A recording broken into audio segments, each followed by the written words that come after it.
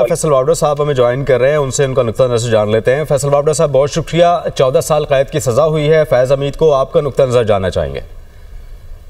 बहुत शुक्रिया आपका। देखिए जी, अल्लाह का शुक्र है कि मैंने कहा था ऐसे इंसान को सजाए मौत होनी चाहिए, लेकिन मिनिमम सजा 14 साल की आनी चाहिए और वही अल्लाह का फजल से वो आई है और ये इब्तदा है। प्लीज को अंडरस्टैंड करे कि ये सीक्रेट एक्ट और 4 इल्जाम के ऊपर 14 साल सजा हुई है फैज हमीद को, जिसने मुल्क, अपनी रियासत, अपने फौज, अपनी जमहूरियत, अपने पाकिस्तान को नुकसान पहुंचाया, उसकी अदलिया को नुकसान पहुंचाया, मीडिया को नुकसान पहुंचाया, मुझे आप जैसे लोगों को तबाह बर्बाद किया। ताकतवर आदमी का इंतखाब हुआ और ये 75 साल की हिस्ट्री में कभी नहीं, और इसका रेडियस अभी रुका नहीं है। ये जब 9 मई के केसेस के जाएंगे तो आप समझते हैं कि बानी और पीटीआई के वो लोग जो इसके अंदर इन्वॉल्व थे उनको छोड़ दिया जाएगा, जिन्होंने मुल्क के अंदर एक काला दाग लगाया गया है। मैं आपको बताता रहा, वक्तन बताता रहा कि ये होगा होगा होगा, क्योंकि उससे 1 साल पहले मुझे निकाला गया, मैं इसी चीज से रोक रहा था। और इसमें याद रहे जो पीटीआई के लोग साइड पे हैं, जो समझ रहे हैं कि हम बच गए हैं 9 मई के अंदर, उनका भी होगा। अतर मिल्ला जैसे लोग जिन्होंने अपनी कुर्सी का नाजायज फायदा उठाया है, उस वक्त के टाइम पे फैज हमीद समेत, बानी समेत पीटीआई को जिस किस्म की कुर्सी में बैठ के फैसिलिटेशन की गई है, उन सब का रेडियस, इसमें अब पाकिस्तान में ना कोई जज, ना कोई जनरल, ना कोई सियासतदान, ना कोई लीडर, ना कोई दीगर शख्सियत पाकिस्तान से बड़ी नहीं है। इसके अंदर जो आएगा बीच में पाकिस्तान की यहाँ दुश्मनी करने के लिए, बर्बरियत करने के लिए, अपने शहीदों का तबस्सुर उड़ाने के लिए, तो this is just the beginning. ये बिगिनिंग है, ये एंड नहीं है।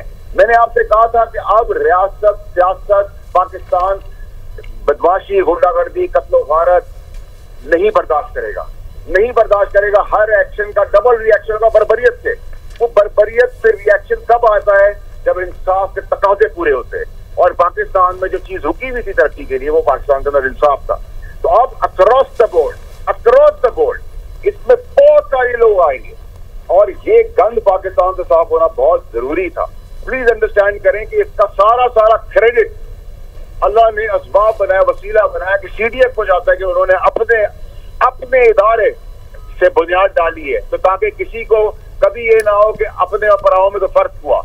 इंसाफ के तकाजों की बुनियाद सीडीएफ जनरल आसिम मलिक साहब ने अपने इदारे से डाली है, और पाकिस्तान की तरक्की में जो आएगा बीच में उसका एहतसाब भी होगा, उसको कटहरे में भी खड़ा किया जाएगा, उसको सजा भी होगी और अक्रॉस द बोर्ड अकाउंटेबिलिटी होगी, जिसका इंडिया में आपको देता रहा, कल परसों तरसों भी दिया, 2 साल पहले भी दिया, 1 साल पहले भी दिया, और अल्लाह ने इज्जत रखी जो सारी बातें तमाम की तमाम ठीक नजर आ रही है। मैंने आपसे कहा था कि आप पाकिस्तान का आप सूरज तरक्की की तरफ देखेंगे और आने वाले दिनों में तसल्सल से चीजें देखते जाएंगे, और आज देखना शुरू हो गए हैं आप, और ऐसे ही होगा इंशाल्लाह। सही। फैसल बावड़ा साहब, क्या हम इस फैसले को एक कड़ी कह सकते हैं कि अब आने वाले दिनों में जो है मजीद हम इस तरह से इससे मुतालिक बड़ी बड़ी खबरें और बड़े बड़े फैसले सुनने जा रहे हैं? ये इब्तदा है मेरी बहन, ये इब्तदा है। इसके अंदर अभी 9 मई बाकी है, पानी का केस बाकी है, रिटन ऑन द वॉल में बार बार कह रहा था, पीटीआई के लिए बाकी है। ऐसे मुल्क दुश्मन अनासिर जिन्होंने इंसाफ की कुर्सी पे बैठ के उस वक्त तबाह और बर्बाद किया मुल्क को, वो है अतर मिल्ला जैसे लोग। मैं नाम ले रहा हूँ, मैं तो क्लैरिटी से बता रहा हूँ। अभी ये इब्तदा है। आप देखेंगे पाकिस्तान किस हिसाब से तरक्की करता है और किस हिसाब से रूथलेस जस्टिस होता है, जिसका इंतजार पाकिस्तान के बनने से लेके आज तक इंतजार करते हैं। ये बहुत बड़ा पाकिस्तानियों के लिए मुबारक दिन है, और पाकिस्तान की कौम जिस तरह अपनी जीती फौज से शहीद और सिपा सालार को दीवानगी की तरह प्यार करती है, उन्होंने वो चीज डिक्लेयर करके दिखाई कि इंसाफ हमारे इदारे से शुरू हो। कोई भी पाकिस्तान से किसी का बाप बड़ा नहीं है।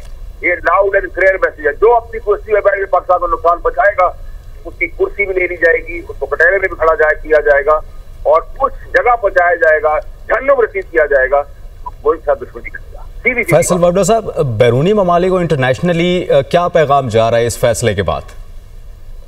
इसको बहुत 9 मई जैसे केसेस को बैन अवी तौर पर बहुत दूरबीन से देखा जा रहा था कि इस मुल्क में ऐसा भी हो सकता है, और तमाम का इंटरनेशनल इमेज, जस्टिस इमेज और अकाउंटेबिलिटी इमेज, इंस्टीट्यूशनल इमेज, ये सब, और पाकिस्तान का झंडा, और इम्पोर्टेंटली पाकिस्तान का जो